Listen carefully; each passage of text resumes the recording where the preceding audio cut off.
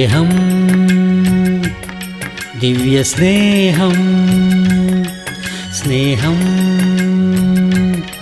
ദിവ്യസ്നേഹം. കേൾക്കുന്നത് ദൈവത്തിന്റെ വചനമാണെങ്കിൽ അത് ഊതിക്കഴിച്ച വചനമാണ്. അതുകൊണ്ടാണ് പറയുന്നത്, ദൈവത്തിന്റെ വചനം കേൾക്കുവാൻ ശീലിക്കൂ, ദൈവവചനം ധ്യാനിക്കുവാൻ ശീലിക്കൂ. വചനം കേൾക്കുമ്പോൾ നമുക്ക് വിശ്വാസം വർദ്ധിക്കും. വചനം വായിക്കുമ്പോൾ നമ്മുടെ സ്ഥിതി നമുക്ക് മനസ്സിലാക്കാം. വചനം വായിക്കുകയാണെങ്കിൽ നമുക്ക് നല്ല ഭാഷ ലഭിക്കും. ഞാൻ ഈ മദ്രാസിൽ വന്നിട്ട് ഏകദേശം 44 വർഷമാകുന്നു. നിങ്ങളുടെ തെലുങ്ക് ഭാഷ എങ്ങനെയുണ്ടെന്ന് ചിലർ എന്നോട് ചോദിച്ചു. അതെനിക്ക് മനസ്സിലായില്ല. പിന്നീട് ഞാൻ ആലോചിച്ചപ്പോൾ, ഞാൻ മനുഷ്യരോട് ചെലവഴിക്കുന്ന സമയത്തിനേക്കാൾ ദൈവത്തിന്റെ വചനം ഞാൻ കൂടുതൽ വായിക്കും.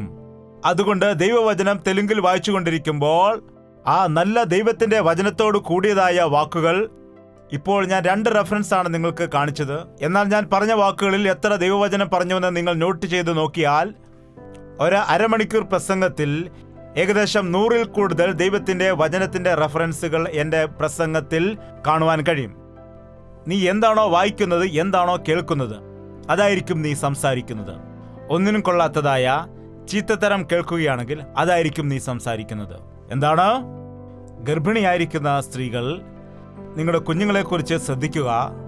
ഇവൻ വളരെ കുറുമ്പനാണ്, ഇവനൊരു വഴക്കാളിയാണ് എന്നൊക്കെ കുഞ്ഞുങ്ങളെക്കുറിച്ച് അമ്മമാർ പറയാറുണ്ട്. എന്താണ്? 2-3 വയസ്സ് പ്രായമാകുമ്പോഴേക്കും അവന് നിങ്ങളൊരു പേര് കൊടുത്തിരിക്കുന്നു. വഴക്കാളിയാണ്, കുറുമ്പനാണ്, കുസൃതിക്കാരനാണ്, പറഞ്ഞാൽ കേൾക്കില്ല, അനുസരണമില്ലാത്തവൻ. എങ്ങനെയാണ് പഠിച്ചത്?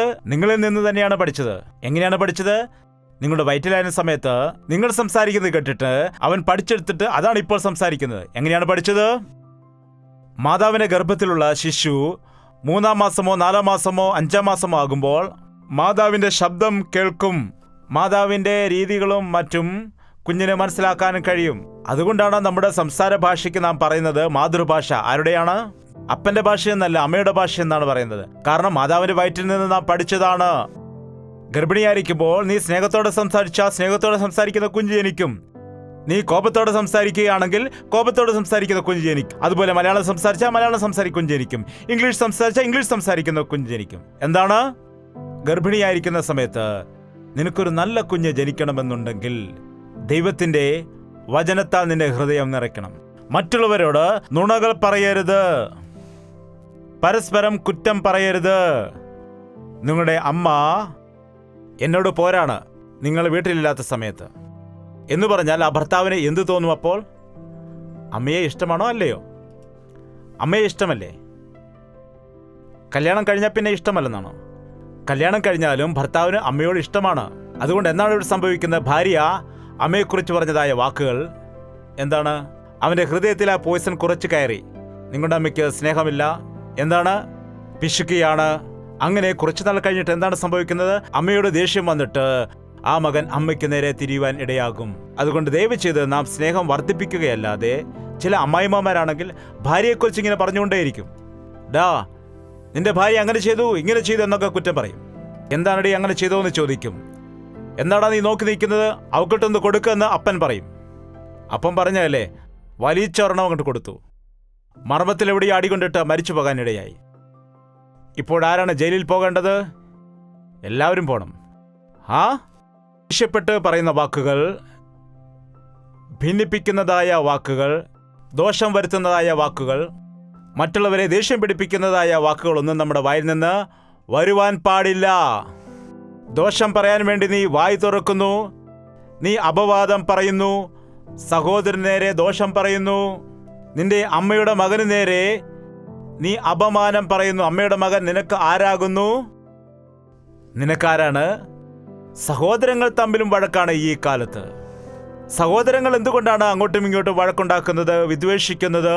സ്വന്തം സഹോദരിമാർ തമ്മിലും എന്തുകൊണ്ടാണ് ഈ കാലത്ത് അങ്ങോട്ടും ഇങ്ങോട്ടും പറഞ്ഞ് വഴക്കുണ്ടാക്കുന്നത്, അങ്ങോട്ടും ഇങ്ങോട്ടും അസൂയപ്പെടുന്നത്? എത്രയോ കുടുംബങ്ങളിൽ ഇങ്ങനെ നടക്കുന്നുണ്ട്. നീ യഥാർത്ഥമായി സ്നേഹമുള്ള വ്യക്തിയാണെങ്കിൽ നിന്റെ സ്വന്തം സഹോദരിയെ മാത്രമല്ല, മറ്റുള്ളവരെ സ്വന്തം സഹോദരിയെ പോലെ സ്നേഹിക്കും. സ്വന്തം അനുജനെ മാത്രമല്ല, മറ്റ് ഉള്ളവരെയും സ്വന്തം സഹോദരനെ പോലെ സ്നേഹിക്കാനിടയാകും. നീ ഭക്തി പറഞ്ഞുകൊണ്ട് നിന്റെ ജീവിതത്തിൽ വ്യഭിചാരികളുമായി നീ സമ്പർക്കം കൂടുന്നു, കള്ളന്മാരോട് അനുകൂലപ്പെടുന്നു, ദോഷം ചെയ്യാൻ വേണ്ടി പ്രവർത്തിക്കുന്നു, കപടം പറയുന്നു, അപവാദം പറയുന്നു, ഇല്ലാത്ത കാര്യങ്ങൾ പറയുന്നു. നീ ഇരുന്നു നിന്റെ സഹോദരന് വിരോധമായി സംസാരിക്കുന്നു. 21 വാക്യം, ഇവ നീ ചെയ്തു ഞാൻ മിണ്ടാതിരിക്കയാൽ. നീ എന്തൊക്കെ ചെയ്തിട്ടും ദൈവം എന്താണ് പറയുന്നത്? ഒന്നും മിണ്ടാതെ ഇരിക്കുകയാണ്. അപ്പോൾ നീ എന്താണ് വിചാരിക്കുന്നത്? ഞാനും നിന്നെ പോലെയുള്ളവനെന്ന് നീ വിചാരിക്കുകയാണ്. ദുഷ്പ്രവർത്തിക്കുള്ള ശിക്ഷാവിധി തൽക്ഷണം നടക്കായിക കൊണ്ട് മനുഷ്യർ ദോഷം ചെയ്യുവാൻ ധൈര്യപ്പെടുന്നു എന്ന് വചനം പറയുന്നു. ദുഷ്പ്രവർത്തിക്ക്, അതായത് ദോഷപ്രവർത്തിക്ക് വരേണ്ടതായിരിക്കുന്ന ശിക്ഷ തൽക്ഷണം വരാതിരിക്കുന്നത് കൊണ്ട് ഭയമില്ലാതെ ധൈര്യത്തോടെ പാപം ചെയ്യുന്നു. ദൈവത്തിന്റെ സ്നേഹത്തെ തള്ളിക്കളയുന്നു. വമ്പു പറയുന്ന നാവിനെ യഹോവ ഛേദിച്ചു കളയുമെന്ന് വചനത്തിൽ പറയുന്നു. ഇന്ന് ദൈവം ഒരു കത്തിയൊക്കെ കൊടുത്ത് ഒരു ദൂതനെ അയക്കുകയാണ് എന്ന് വിചാരിക്കുക. ദൈവ സന്ദേശം കേൾക്കുവാൻ വന്നിരിക്കുന്നവർ എല്ലാവരും കള്ളം പറഞ്ഞ എല്ലാവരുടെയും നാവുകൾ അറുത്തു കളയാൻ പറയുകയാണെങ്കിൽ ഇവിടെ എത്ര പേർക്ക് നാക്ക് ഉണ്ടായിരിക്കും? കള്ളം പറയുമ്പോൾ, വമ്പ് പറയുമ്പോൾ നിന്റെ നാവ് ഊരിപ്പോവുകയാണെന്ന് വിചാരിക്കുക. പിന്നീട് നിന്റെ അടുത്ത് നിൽക്കുന്നവർ ആരെങ്കിലും കള്ളം പറയുമോ? അല്ലെങ്കിൽ നിന്റെ എതിരെ നിൽക്കുന്നവർ ആരെങ്കിലും കളവ് പറയുമോ? ശരി, സാരമില്ല. അവരുടെ നാവ് എന്തിനാണ് കളയുന്നത്? എന്തിനാണ് അവരെ ഇപ്പോൾ ശിക്ഷിക്കുന്നത്? അവർ സ്വഭാവമൊക്കെ മാറ്റും. ആ നാവ് കൊണ്ട് എന്നെ പിന്നീട് സ്തുതിക്കും, എന്നോട് പ്രാർത്ഥിക്കും എന്ന് പറഞ്ഞ് ദൈവം ക്ഷമ കാണിക്കുമ്പോൾ മനുഷ്യർ എന്താണ് ചിന്തിക്കുന്നത്? ദൈവമുണ്ടോ ഇപ്പോൾ? ദൈവം ജീവിക്കുന്നുണ്ടോ? ദൈവം എന്താണ് ചെയ്തത്? ദൈവം എന്താണ് നൽകിയത് എന്ന് പറയുന്ന അനേകം ആളുകളുണ്ട്. ഇവിടെ പറയുന്നു, ഇവ നീ ചെയ്ത് ഞാൻ മിണ്ടാതെ ഇരിക്കയാൽ ഞാൻ നിന്നെ പോലെയുള്ളവനാണെന്ന് നീ നിരൂപിച്ചു. എന്നാൽ ഞാൻ നിന്നെ ശാസിച്ചു, നിന്റെ കണ്ണിൻ മുൻപിൽ അവയെ നിരത്തിവെക്കും. നീ ചെയ്യുന്ന പ്രവൃത്തികളെ നിന്റെ കണ്ണിൻ മുൻപിൽ നിരത്തിവെക്കും. ഏത് സമയമാണ്, ഏത് ദിവസമാണ് എന്നൊക്കെ ഇപ്പോൾ ഫോൺ വന്നു കഴിഞ്ഞപ്പോൾ നമുക്കറിയാവുന്നതാണ്. ഏത് സമയം, ആരോട്, എത്ര നേരം സംസാരിച്ചു, ഏതു സമയത്താണ് സംസാരിച്ചത്, എല്ലാം ഫോണിൽ നമുക്ക് കാണുവാൻ കഴിയും. അത് നിരത്തിവെക്കാനിടയാകും. നിന്റെ ഫോൺ കോൾ ലിസ്റ്റ്, നിന്റെ ജീവിതം അതുപോലെ. നീ ചെയ്ത കാര്യങ്ങൾ എല്ലാം തന്നെ നിന്റെ മുൻപിൽ അങ്ങനെ നിരത്തി വെച്ചിട്ട് നിന്നെ ശാസിക്കാനിടയാകും. അപ്പോൾ നിനക്ക് എന്ത് ചെയ്യാൻ കഴിയും? ഇപ്പോൾ നീ രക്ഷപ്പെട്ടു പോകും. നാളെ ദൈവം നിന്റെ ജീവിതം മുഴുവനും ഒന്നൊന്നായി നിന്റെ മുൻപിൽ നിരത്തി വയ്ക്കുമ്പോൾ നിനക്ക് രക്ഷപ്പെടാൻ കഴിയില്ല. ദൈവത്തെ മറക്കുന്നവരെ പറയൂ, ഇത് ഓർത്തുകൊള്ളുവീൻ, ഇല്ലെങ്കിൽ ഞാൻ നിങ്ങളെ കീറിക്കളയും. വിടുവിപ്പാൻ ആരും ഉണ്ടാകില്ല. അതോർത്തുകൊണ്ട് നിങ്ങൾ എന്നെ ഇപ്പോൾ അനുസരിക്കൂ. കുറ്റങ്ങൾ ഏറ്റുപറയുക, അതിനോട് ക്ഷമ ചോദിക്കുക.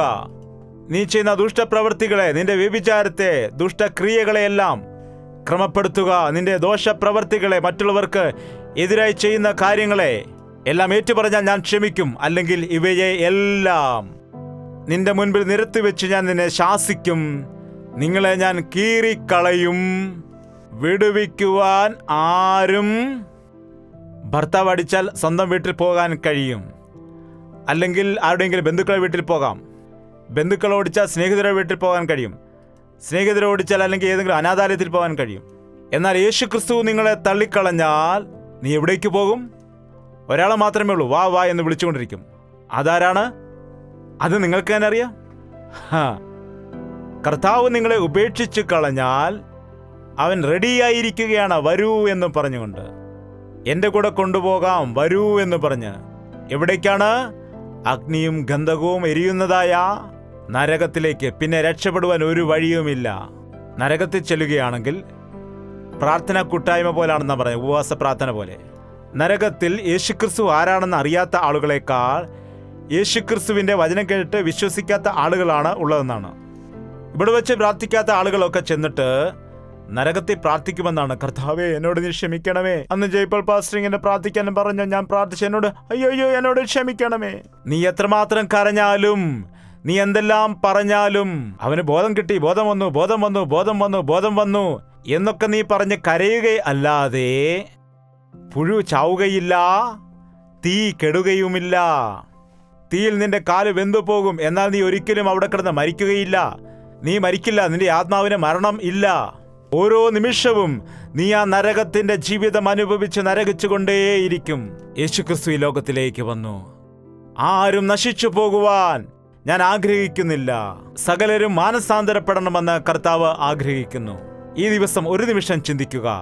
നീ ഭക്തനാണെന്ന് പറയുന്നു, കർത്താവിനെ വിശ്വസിച്ചു, നീ സ്നാനമെടുത്തെന്നൊക്കെ പറയുന്നു. എന്നാൽ നിന്റെ സംസാരം എങ്ങനെയാണ്? നിന്റെ പ്രവൃത്തി എങ്ങനെയുള്ളതാണ്? നിന്റെ ജീവിതം എങ്ങനെയുണ്ട്?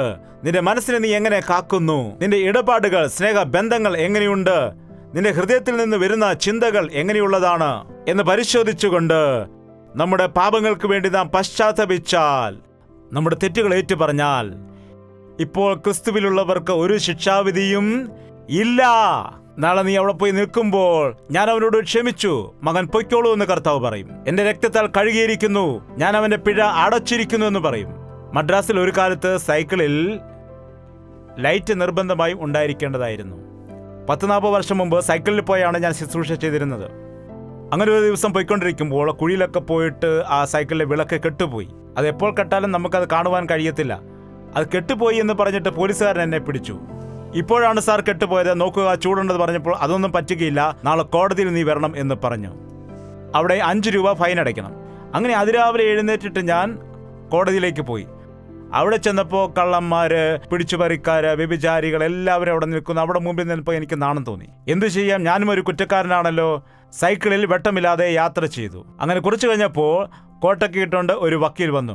സാർ സാർ സാർ സാർ എന്ന് വിളിക്കുകയാണ്. എന്താണ്, ഇവനെന്തിനാണ് എന്നെ ഇപ്പോൾ സാറെന്ന് വിളിക്കുന്നത്? അയാൾ വന്ന് പറയുകയാണ്, നിങ്ങളുടെ കേസ് ഞാൻ വാദിക്കാം, അതുകൊണ്ട് എനിക്ക് 5 രൂപ തന്നാൽ മതി എന്ന്.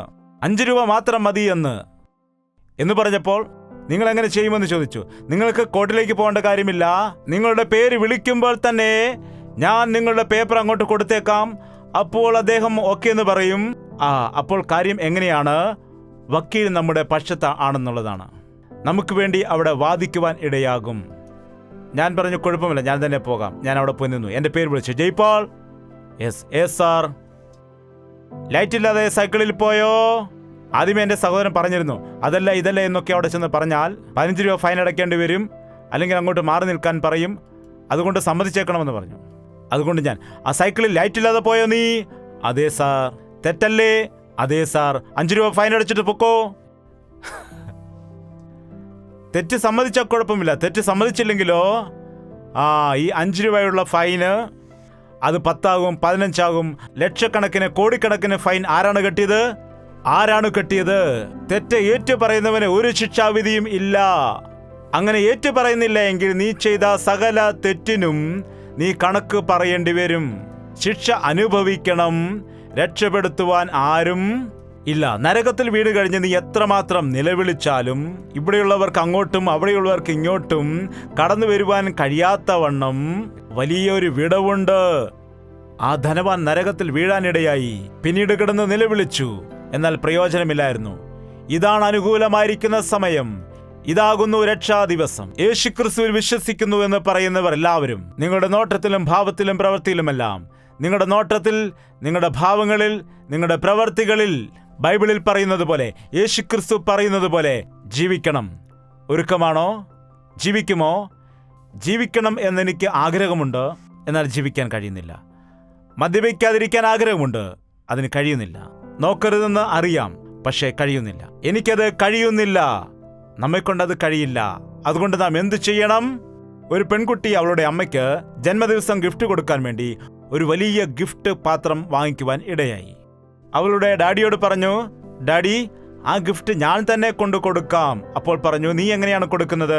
അത് വലുതാണല്ലോ, നിനക്കത് എടുത്തോണ്ട് നടക്കാൻ കഴിയുമോ? അപ്പോൾ പറഞ്ഞു, അതൊന്നും കുഴപ്പമില്ല, ആദ്യം എനിക്ക് ആ ഗിഫ്റ്റ് തരൂ. ഇല്ല മോളെ, നീ വീണു പോകാനിടയാ, നിനക്ക് കഴിയില്ല, എനിക്ക് ആദ്യം ഗിഫ്റ്റ് താ. അങ്ങനെ ആ ഗിഫ്റ്റ് കുട്ടിയുടെ കയ്യിൽ കൊടുത്തു. ആ കുട്ടി ഗിഫ്റ്റ് വാങ്ങിയിട്ട് പറയുകയാണ്, എന്നെ ഇനി എടുക്കൂ.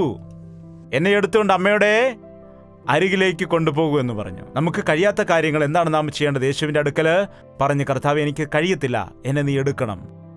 എന്താണ്? എന്നെ സഹായിക്കൂ, ഇത് ചെയ്യാതിരിക്കുവാൻ എനിക്ക് കൃപ തരണം. നീ എന്നെ തിരിക്കുകയാണെങ്കിൽ ഞാൻ തിരിയുവാനിടയാകും. നീ എന്നെ സഹായിക്കുകയാണെങ്കിൽ ഞാൻ ഈ പാപത്തെ ജയിക്കും. അതുകൊണ്ടാണ് യേശുക്രിസ്തുവിൽ ആശ്രയിക്കണമെന്ന് നാം പറയുന്നത്. അവൻ നമ്മുടെ മാതാപിതാക്കളെക്കാൾ നമ്മെ സ്നേഹിക്കുന്ന ദൈവമാണ്, നമ്മെ വഹിക്കുന്നവനാണ്, നമ്മെ നടത്തുന്നവനാണ്, നമുക്ക് വേണ്ടി തൻ്റെ പ്രാണനെ നൽകിയവനാണ്. യേശുക്രിസ്തു നിന്നിലുണ്ട് എങ്കിൽ പാപത്തെ ജയിക്കാം, ലോകത്തെ ജയിക്കാം, പിശാചിനെ ജയിക്കാം. കാരണം നിങ്ങളിൽ ഉള്ളവൻ ലോകത്തിൽ ഉള്ളവനേക്കാൾ വലിയവനാണ്. പൗലോസ് പറഞ്ഞു, എന്നെ ശക്തനാക്കുന്നവൻ മുഖാന്തരം ഞാൻ സകലത്തിനും മതിയായവനെന്ന്. ഞാൻ ബലഹീനൻ ആകുന്നുവെങ്കിലും ഞാൻ ബലവാനാണ്. ബലഹീനത എന്റേതാണ്, ബലമാരുടേതാണ്? നമ്മുടെ ദൈവത്തിൻ്റെത്. കർത്താവേ, എന്നെ സഹായിക്കണമേ, എന്നെ ബലപ്പെടുത്തണമേ എന്ന് നാം പ്രാർത്ഥിച്ചാൽ ദൈവം നിനക്ക് പാപത്തെ ജയിക്കുവാനായി, നിന്റെ സ്വഭാവത്തെ മാറ്റുന്നതിനായി, നിന്റെ ചിന്തകൾ മാറ്റുന്നതിനായി, നിന്റെ ഹൃദയത്തെ മാറ്റിക്കൊണ്ട് പുതിയ ജീവിതം നൽകുന്നതിന് കർത്താവ് മതിയായവനാണ്. പരിശുദ്ധാത്മാവ് അപ്പോൾ തന്നെ നമ്മെ ആശ്വസിപ്പിച്ച്, നമ്മെ ബലപ്പെടുത്തി, നമ്മെ സർവ്വ സത്യത്തിലേക്കും നാം എപ്പോൾ എങ്ങനെയായിരിക്കണമെന്ന് നമ്മോട് പറഞ്ഞു തന്ന് നമ്മെ വഴി നടത്തുകയും അങ്ങനെ സകല സത്യത്തിലേക്കും നമ്മെ വഴി നടത്തുകയും ചെയ്യുന്നു. ഹല്ലേലൂയ! എഴുന്നേറ്റ് നിൽക്കാം, നമുക്ക് പ്രാർത്ഥിക്കാം. പ്രാർത്ഥന. കർത്താവേ, എന്നെ സഹായിക്കുമാറാകണമേ. എൻ്റെ സ്വഭാവം മാറ്റണമേ. എൻ്റെ വാക്കുകൾ ശരിയല്ലാത്തതുകൊണ്ട് പ്രശ്നങ്ങൾ ഉണ്ടാകുന്നു. എൻ്റെ ഭർത്താവിനും എനിക്കും മധ്യേ സമാധാനം ഇല്ല. എൻ്റെ കുടുംബത്തിൽ ഐക്യത ഇല്ല. എൻ്റെ ജീവിതത്തിൽ സമാധാനം ഇല്ല. പിതാവേ, എൻ്റെ ജോലി നഷ്ടപ്പെട്ടിരിക്കുന്നു. എൻ്റെ ഭാര്യ പിണങ്ങിപ്പോയിരിക്കുന്നു. എൻ്റെ മക്കളും പിണങ്ങിപ്പോയിരിക്കുന്നു. എൻ്റെ ജീവിതത്തിൽ സമാധാനമില്ല. ദുശ്ശീലങ്ങൾക്ക് ഞാൻ അടിമയായിരിക്കുന്നു. യേശുവേ, എൻ്റെ ജീവിതത്തെ നീ മാറ്റണമേ. ഞെരുക്കമുള്ള വഴിയെ പോകുന്നതിനായി, ക്രൂശെടുത്ത് നിന്നെ അനുഗമിക്കുന്നതിനായി, അന്ത്യം വരെ വിശ്വസ്തയോടെ ജീവിക്കുന്നതിനായി എന്നെ സഹായിക്കണമെന്ന് കർത്താവിനോട് പറയുക. ദൈവത്തിന്റെ വചനങ്ങൾ കേൾക്കുന്നു, ദൈവവചനമെല്ലാം അറിയാം. എന്നാൽ വചനപ്രകാരം നീ ജീവിക്കുന്നുണ്ടോ? ആ വചനം നിന്റെ ഹൃദയത്തിൽ നിറച്ച് നീ ധ്യാനിക്കുന്നുണ്ടോ? എല്ലാവരും വായ് തുറന്നിട്ട് പ്രാർത്ഥിക്കുക. പരിശുദ്ധനായ സ്നേഹമുള്ള പിതാവേ, ഒരിക്കൽ കൂടി നിന്റെ നാമത്തിൽ കടന്നു വന്നിരിക്കുന്ന നിന്റെ മക്കളെയെല്ലാം നീ നോക്കണമേ. നിന്റെ ഇഷ്ടമുള്ളവരായി ഞങ്ങളെ മാറ്റണമേ. നിന്നിൽ വിശ്വസിച്ച് സ്നാനമേറ്റിരിക്കുന്നതായ ഞങ്ങൾ വിശ്വസ്തയോടെ നിന്റെ സാക്ഷിയായി ജീവിക്കുവാൻ, ഭയമില്ലാതെ നിന്നിൽ വിശ്വസിച്ചുകൊണ്ട് മുൻപോട്ട് പോകുവാൻ, ഞങ്ങളുടെ ആത്മീയ ജീവിതത്തിൽ നിന്റെ കാലടികളെ പിന്തുടർന്ന് ജീവിക്കുവാൻ ഞങ്ങളെ സഹായിക്കുമാറാകണം. ലോകത്തെ സ്നേഹിച്ച ലോത്തിന്റെ ഭാര്യയെ പോലെ ഉപ്പുതൂണായിട്ട് മാറിപ്പോകാതെ, ലോകത്തെ സ്നേഹിച്ചതായ ദേമയെപ്പോലെ ലോകത്തിൽ ചിതറിപ്പോകാതെ, യേശുവിലേക്ക് നോക്കിയിട്ട് മുമ്പിലുള്ള ലാക്കിലേക്ക് സ്ഥിരതയോടെ ഓടുവാനുള്ള കൃപ ഞങ്ങൾക്ക് നൽകണമെന്ന്. അതേ കർത്താവ്, ഞങ്ങളുടെ പാപത്താൽ ഞങ്ങൾക്ക് സമാധാനം നഷ്ടപ്പെട്ടിരിക്കുകയാണ്. രോഗങ്ങൾ വരുത്തി വച്ചിരിക്കുകയാണ്. പ്രശ്നങ്ങൾ ഉണ്ടാക്കി വച്ചിരിക്കുകയാണ്. ഞങ്ങളോട് ക്ഷമിക്കണമേ ദൈവമേ. ഞങ്ങളുടെ പാപങ്ങളെ ക്ഷമിക്കണമേ. ഞങ്ങൾക്ക് സൗഖ്യം നൽകണമേ. ഞങ്ങളുടെ സങ്കടങ്ങൾ മാറ്റിയിട്ട് ഞങ്ങൾക്ക് സമാധാനം പകരണമേ. ഞങ്ങളിലെ ശാപം മാറ്റണമേ. ഞങ്ങൾ ചെയ്യുന്ന പ്രവൃത്തികളിൽ അനുഗ്രഹം കാണുവാൻ സഹായിക്കണമേ. ഇപ്പോൾ ആരൊക്കെയാണ് രോഗികളായിട്ട് ഇരിക്കുന്നത്? നസ്രയനായ യേശുക്രിസ്തുവിന്റെ നാമത്തിൽ സകലവിധ രോഗത്തിന്റെ അവസ്ഥയെയും സൗഖ്യപ്പെടുത്തുകയാണ് കർത്താവേ. അത് തൈറോയ്ഡ് ആകട്ടെ, ഷുഗർ ആകട്ടെ, BP ആകട്ടെ, അത് ഗർഭപാത്രത്തിലുള്ള ഫൈബ്രോയിഡ്സ് ആകട്ടെ, ശരീരത്തിലെ രക്തത്തിലെ അണുബാധയാകട്ടെ, എയ്ഡ്സ് ആയിക്കോട്ടെ, ക്യാൻസർ ആയിക്കൊള്ളട്ടെ, എന്തായാലും നിനക്ക് അസാധ്യമായതൊന്നുമില്ലെന്ന് പറഞ്ഞതായ കർത്താവേ, നിന്റെ രക്തത്താൽ കഴുകി അവരുടെ തെറ്റുകൾ ക്ഷമിച്ച് അവരെ ശുദ്ധീകരിച്ച് സൗഖ്യം കൊടുത്തിട്ട് അയക്കണമേ കർത്താവേ. പ്രശ്നങ്ങളിലായിരിക്കുന്നു, ഭാര്യ ഭർത്താവ് മധ്യേ സമാധാനമില്ലെന്ന് പറയുന്നവർ, അവരുടെ ജീവിതത്തിൽ നിന്റെ സ്നേഹം അറിയുവാൻ കൃപ കൊടുക്കണമേ. കടബാധ്യതയിലായിരിക്കുന്നു, വേദനയിലായിരിക്കുന്നു, അധ്വാന ഫലമൊന്നുമില്ലാതെ നന്മ പ്രാപിക്കാൻ കഴിയാതെ ദിനംതോറും ഞങ്ങൾ തകർന്നു പോകുന്നു, നശിച്ചു പോകുന്നു എന്ന് പറയുന്ന ആളുകളെ, ഇന്നു മുതൽ ഞാൻ നിങ്ങളെ അനുഗ്രഹിക്കുമെന്ന വാഗ്ദത്ത വചനത്താൽ അയക്കണമേ. ശാപത്തെ അനുഗ്രഹമാക്കി മാറ്റണമേ. കണ്ണുനീരിനെ ആനന്ദ ബാഷ്പമായി മാറ്റണമേ. നിരാശയുടെയും ദുഃഖത്തിന്റെ അവസ്ഥയിൽ നിന്ന് സമാധാനം കൊടുക്കണമേ. പിശാചിന്റെ തന്ത്രങ്ങളിൽ കുടുങ്ങിക്കിടക്കുന്നതായ സകല വ്യക്തികളെയും നസറേനായ യേശുക്രിസ്തുവിന്റെ നാമത്തിൽ വിടുവിക്കുകയാണ് കർത്താവേ. അന്ന് നീ നിന്റെ ശിഷ്യന്മാരെ വിളിച്ചിട്ട് നാനാവിധമായ രോഗങ്ങൾ സൗഖ്യമാക്കുന്നതിന്, ഭൂതങ്ങളെ ശാസിക്കുന്നതിന് അധികാരം കൊടുത്തതുപോലെ നീ നൽകിയിരിക്കുന്ന അധികാരമനുസരിച്ച് നീ ക്രൂശിൽ ഒഴുക്കിയതായ രക്തത്തിന്റെ വിലയനുസരിച്ച്, ജയമനുസരിച്ച് എല്ലാ ദോഷത്തിൽ നിന്നും ജനത്തെ വിടുവിക്കുമാറാകണമേ. നിന്റെ സാക്ഷികളായി അവരെ മാറ്റണമേ പിതാവേ എന്ന് യേശുക്രിസ്തുവിന്റെ നാമത്തിൽ അപേക്ഷിക്കുന്നു പിതാവേ. ആമേൻ, ആമേൻ, ആമേൻ.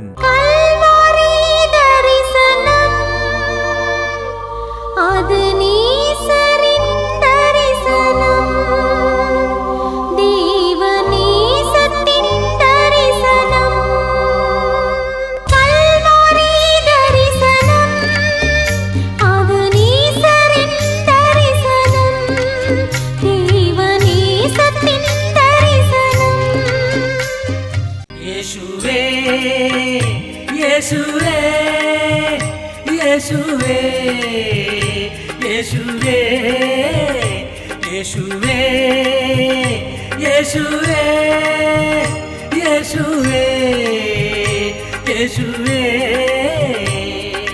നിന്നെ നിന്നെ എന്നും ഞാൻ സേവിക്കും നീ മാത്രം രാജാവെന്നും നിന്നെ നിന്നെ എന്നും ഞാൻ സേവിക്കും നീ മാത്രം രാജാവെന്നും യേശുവേ യേശുവേ യേശുവേ യേശുവേ യേശുവേ യേശുവേ യേശുവേ യേശുവേ യേശുവേ യേശുവേ യേശുവേ യേശുവേ യേശുവേ യേശുവേ